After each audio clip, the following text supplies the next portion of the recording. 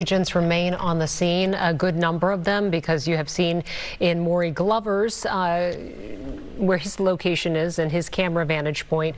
The agents have a perimeter set up. They have also been, and this is this more? Okay, so we've watched those flashbangs and we've seen protesters letting off fireworks. So there is some volatility going on between protesters who've gathered at the scene and the law enforcement presence that was already there after this shooting tonight. And again, multiple rounds of flashbangs, tear gas deployed against the crowd. You can see fireworks now from the aerial shot. The crowd, we've been told, is about 100 to 150 people that have gathered. At times it feels like it's getting bigger. And again, when the crowd is pushed out, Maury said then as soon as the chemical irritants clear the air, they go back up to the perimeter line again. Yeah, we're seeing some pretty active scenes now in that 5-box that we have on your screens at home, folks. The one scene, I think you witnessed our photographer go down on the ice as they were backing up again. More chemical irritants were being deployed and people were trying to back up along with our crew. That's the big box you can see there on the left side of your screens. And you can see that the agents, and there's another one that was deployed. Some of this is fireworks too that are being thrown by protesters as well. So sometimes it's hard to tell exactly what's happening there and what's coming from whom. But it is a situation out there that is extremely volatile right now from an incident that occurred 2.5 hours ago. And so we're trying to get additional information as much as we possibly can to understand the full picture of this. We do have Department of Homeland Security has told us what happened earlier tonight at 6:50, and that they have a subject in the hospital who was shot by an officer who feared for his life after he had been ambushed. Again, this started with a traffic stop trying to take an illegal alien, according to DHS, from Venezuela into custody. That subject then crashed and then fled the scene. And then once the officer was trying to take that person into custody, 2 people ran out of a nearby apartment, also started attacking law enforcement with a snow shovel and broom. And as the officer was being ambushed, DHS says that the officer then fired a shot to defend his own life. And the 3 subjects then got up and went and barricaded themselves in an apartment. So the officer is in the hospital, the person from Venezuela who was shot in the hospital, 2 other attackers in custody. We're waiting to hear from just local law enforcement too, because they do respond for crowd control, and we haven't heard from local law enforcement yet. And Courtney's on our scene. She can't come to us right now. As you can see, that largest scene there is very active. There's been a lot of chemical irritants released. We've seen the fireworks that have been thrown at ICE agents. Right now in the top right hand of your screen, someone's just being taken down by federal officials that tried to rush the area there. So it is happening very quickly.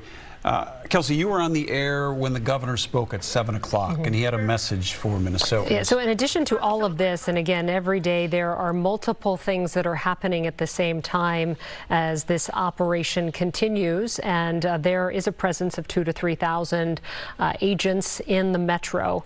The governor called a 7 o'clock address for the state of Minnesota. He did not take any questions. It was just an address to the people that lasted 7 minutes.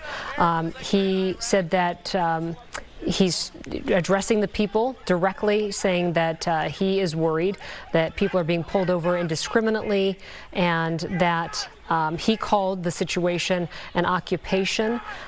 He aired his feelings, saying the Trump administration wants confusion and chaos. But he also put a call out to people saying, do go out, witness what is happening. And he specifically asked for citizens to record with their cell phone what is happening. And he said these words, because we are collecting that information for potential prosecution in the future.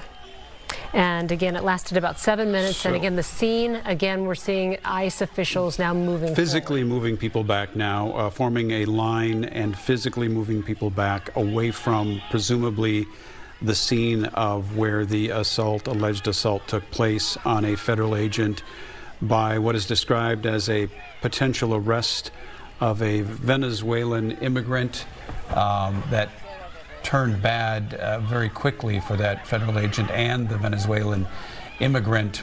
Both are in the hospital, HCMC right now. The immigrant with a gunshot wound to the leg.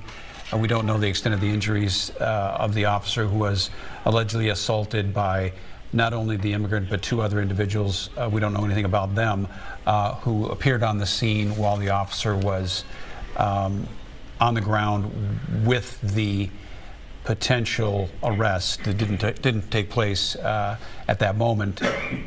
This is really starting to, okay, they're starting, I think they're trying to get people cordoned back and in control and as far away from the scene as possible. And we're trying to keep our crews safe as well and at a safe distance.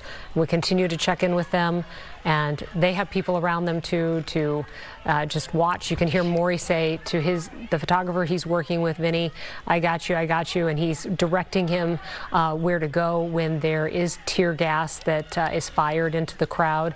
But this, as we've seen over the last several weeks, protesters and law enforcement in close proximity of one another. This is a face-off right now. Just extremely volatile, and in a lot of these scenes there's the noise, the whistles, megaphones, there's screaming, and we have seen these scenes become very violent at times. We've had a number of incidents outside the Whipple Federal Building where detainees are being taken to. There have been a number of times where law enforcement and protesters have clashed, and we've seen arrests out there. And every day we are just watching all of this unfold. Just today, again, the state of Minnesota filed a lawsuit against the federal government asking for a temporary restraining order in an attempt to bring an end to the ICE surge. Federal judge listened to the arguments, did not issue that temporary restraining order, but more arguments are scheduled in hearings in federal court in the days to come. Also yesterday, a big resignation at the U.S. Attorney's Office, 6 attorneys leaving the U.S. Attorney's Office, and that includes a lead prosecutor, Joe Thompson, and the New York Times saying that the departures stem from directives from top federal officials to staff members after the killing of Renee Good by ICE agent Jonathan Ross. And that is according to sources that have been reported by the New York Times. Our reporter saw Joe Thompson packing up his things and leaving the U.S. Attorney's Office today. He has given no public statement for that. But every day we do see, when there is ICE enforcement, there's a network of people who are watching, and they will come and gather in a neighborhood, and then the word will get out to a larger group, and you'll often see these groups gathering around any kind of enforcement action that is happening. And that is what we also saw last Wednesday at 34th in Portland. There was a detention, something playing out with ICE agents, and people from the neighborhood started to gather in the street and around and pull out their cell phone cameras to record. And sometimes there are major clashes between the protesters and the officials.